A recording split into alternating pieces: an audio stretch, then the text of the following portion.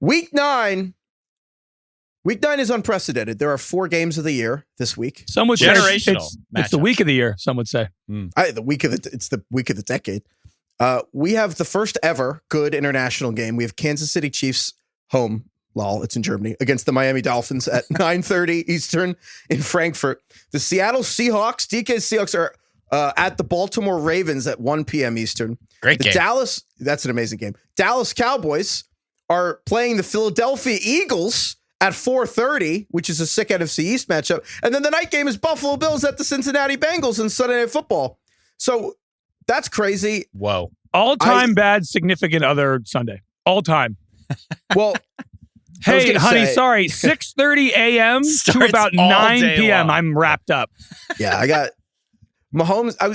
It is not counting the playoffs, but this is the craziest NFL day, wall to wall. Like for the regular season, we probably ever had. Like Mahomes at 9:30 in the morning, and then Burrow's going to wrap it up. Burrow and Josh Allen at 11:30. Are you going to get divorced this week, Craig?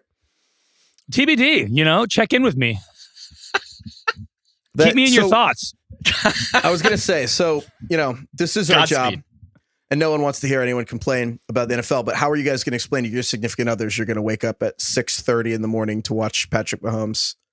Short answer, I don't think I'm getting up at 6:30 in the morning to watch Patrick Mahomes. Craig's not doing it. I'll probably get up for the second half and then watch the first half later. Yeah, second half, I'll probably get up at 8 rewind. o'clock. Yeah. Are you guys resentful that there's actually a good game on? Because let's be real, it didn't really matter if you were missing like Falcons Titans or Jaguars or whatever. But now it's like, okay, Tyreek Hill is rematching the Chiefs. I'm slightly offended that you're asking me if I'm going to be watching these games, or that you're insinuating I don't watch them. I'm fantasy football obsessed. I watched all the London games so far. And by the way, I wake up at 6:30 anyway because I have a small child, so it's not like getting up early for me. I actually thought that's what you were offended about. Well, I'm offended for the two idea reasons. that you sleep past 6:30 is being offensive. I'm offended that you would think I wouldn't want to watch football. How dare you, sir? Did you guys see the Marquez Valdez-Scantling quote that he was basically like, "This is annoying that we have to go to Germany." I kind of can relate to that because finding a dog sitter is hard. It is. It's not like these. No one wants to watch your fucking dog. I hate to break it to you. Like Wag. you have to send him to like a doggy daycare, or hotel. Wag, right? Does Wag only walk your dog, or do they watch your dog? I don't know. I don't know what Wag is actually. It's an app where you can like have people come and walk your dog. I think also watch your dog, but I could be wrong. No free ads, but I just said Wag like 8 times. So anyway, he didn't want to go to the London game, or sorry, the Germany game, because his dogs, he has to find babysitters for his dogs. He was pissed. Also, like, you know what's a real thing is I think Miami got to Germany first, or some of the team got to Germany first more quicker than the Chiefs who came later. The Dolphins flew Monday afternoon, arrived Tuesday morning, and the Chiefs flew Thursday afternoon, arriving Friday morning. So they got there Friday morning. This game is Sunday morning, Sunday afternoon, Germany time. But like, jet lag is a real thing, and you do not get over that in 2 days. So, like, do you guys actually factor that in? Do you think the Lions factor that in enough that these players will be jet lagged? Do you think that the Chiefs were like going to leave on Monday, and then they're like, well, Patrick Mahomes has the flu. Maybe we shouldn't put him on a flight to Germany for 9 hours. Yeah. Just put Patrick Mahomes on the flight with the entire team for 9 hours. Like, I don't know. That might have not been the best thing. Should they just quarantine him and put him in the undercarriage or something? Check Mahomes in a bag? Maybe they give him a private flight, just like a solo flight. But I agree though. I think it takes you like 3 days to get over jet lag, and even then you feel like really wonky, and like your sleep is all weird. Even like just having a bad night of sleep in the United States can affect like your performance the next day, And so I think like specifically if you wake up in the middle of the night, you can't go back to bed. That's tough. That's not going to be peak performance. Can I give you a take? As I've gotten older, I also love this because the jet lag thing, it's like the one way that like I can weigh in on, how I would be if I were an NFL player. You know what I mean? It's like Sure. But as I'm older now, if you don't get a good night's sleep, it doesn't actually hit you that day. It hits you the day after. So I would actually argue that arriving Friday morning is the worst day. I disagree with that. Because what I'm saying, it's like you don't get the good night Friday night sleep, and then you wake up Saturday and you're kind of rolling. But like Sunday, you're kind of like, I don't know, you could be destroyed. I don't agree with that. I feel like if you sleep for 2 hours, the next day is the worst day.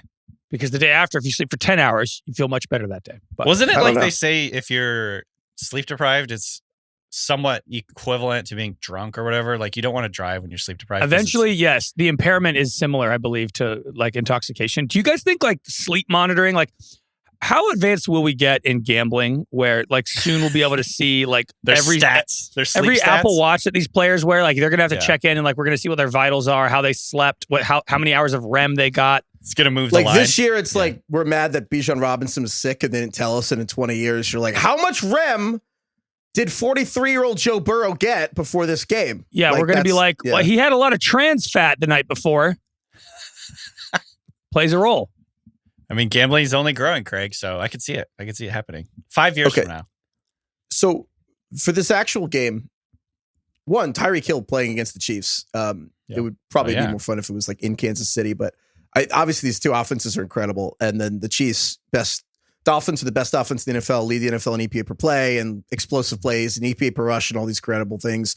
And then the Chiefs are the other best offense in the NFL. And like last week against the Broncos, no one remembers it. No one can think about it. Nothing happened. No, Mahomes was terrible in one of the worst games of his career. And we're all just agreeing to just throw it out because he was sick.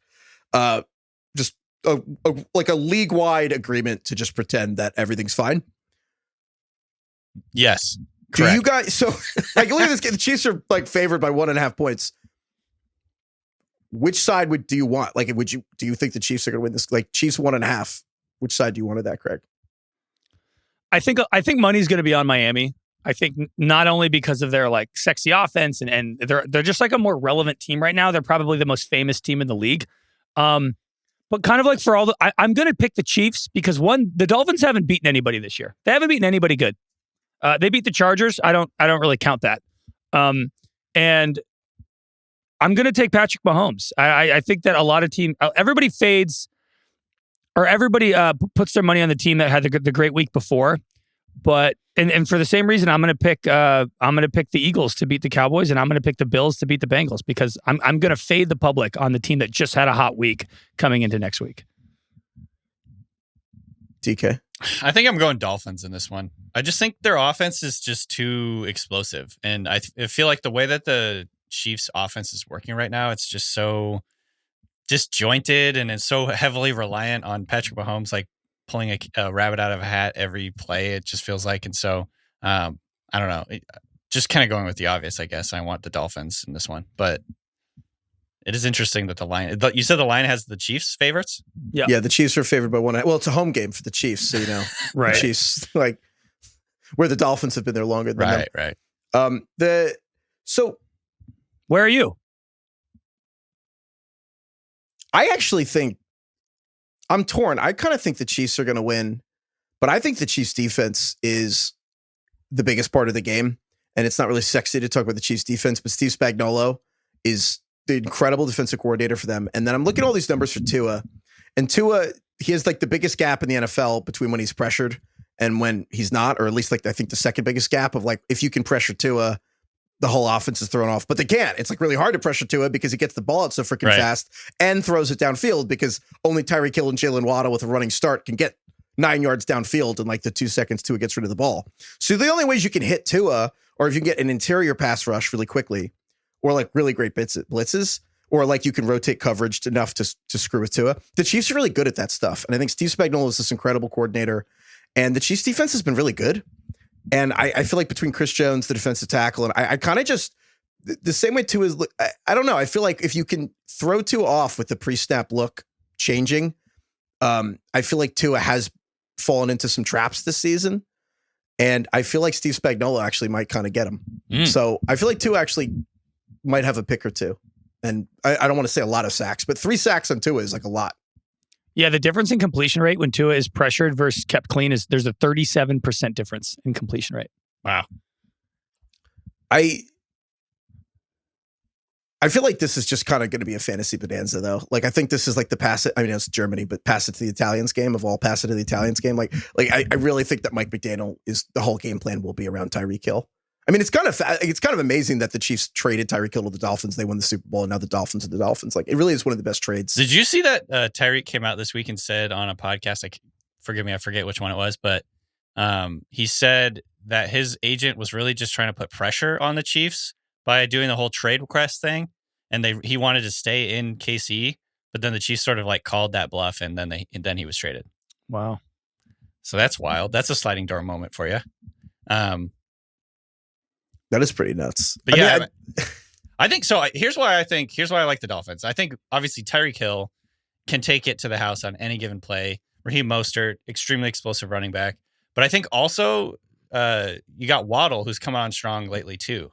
And so I don't know. It's just like I feel like they have too many weapons. And then when I look on the other side of the ball, it's just we're trying to find a weapon for Patrick Mahomes. You know what I mean? So like obviously that's like very simplistic way of looking at it, but I just don't understand how they're going to stop all these guys.